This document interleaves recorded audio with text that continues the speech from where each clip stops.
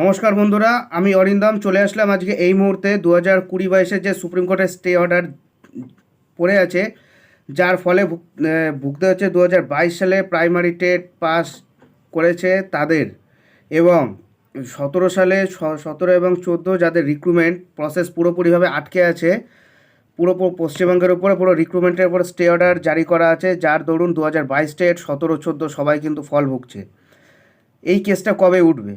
কেসটা গত জুলাই মাসে কিন্তু স্টে অর্ডার দিয়ে দিয়েছে, তারপরে কিন্তু একটা শুনানি কিন্তু হয়নি যে সেখান থেকে এই কেসটা স্টেটা উঠে যাবে এবং পর্ষদ নিয়োগ করতে পারবে। দিনের পরে দিন চলে যাচ্ছে, বয়স কিন্তু আস্তে আস্তে বেড়ে যাচ্ছে, বাট নিয়োগটা হচ্ছে না।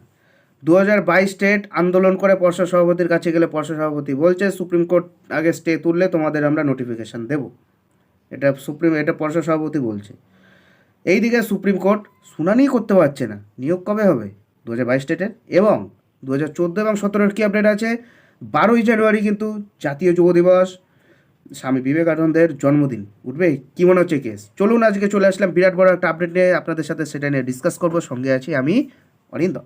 চলুন, এই কেসটা কিন্তু এইটা অ্যাডভান্টেজ লিস্টে দেওয়া আছে, অর্থাৎ গত ডিসেম্বরে কিন্তু পর্ষদ কিন্তু চেষ্টা করেছে, মানে সম্ভবত 24 তারিখ, এই 24 না, 18 তারিখ না 19 তারিখে কিন্তু পর্ষদ চেষ্টা করেছে যে কেসটাকে যতটা দ্রুত সম্ভব লিস্টেড করিয়ে দেওয়া। পর্ষদও চেষ্টা করছে এবং যারা 17 সালের যারা কেস করেছিল তারাও কিন্তু চেষ্টা করে যাচ্ছে যত দ্রুত সম্ভব কেসটাকে লিস্টেড করে দেওয়া।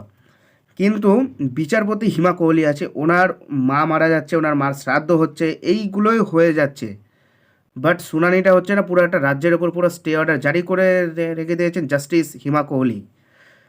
তাহলে এদের ভবিষ্যৎ কী হবে?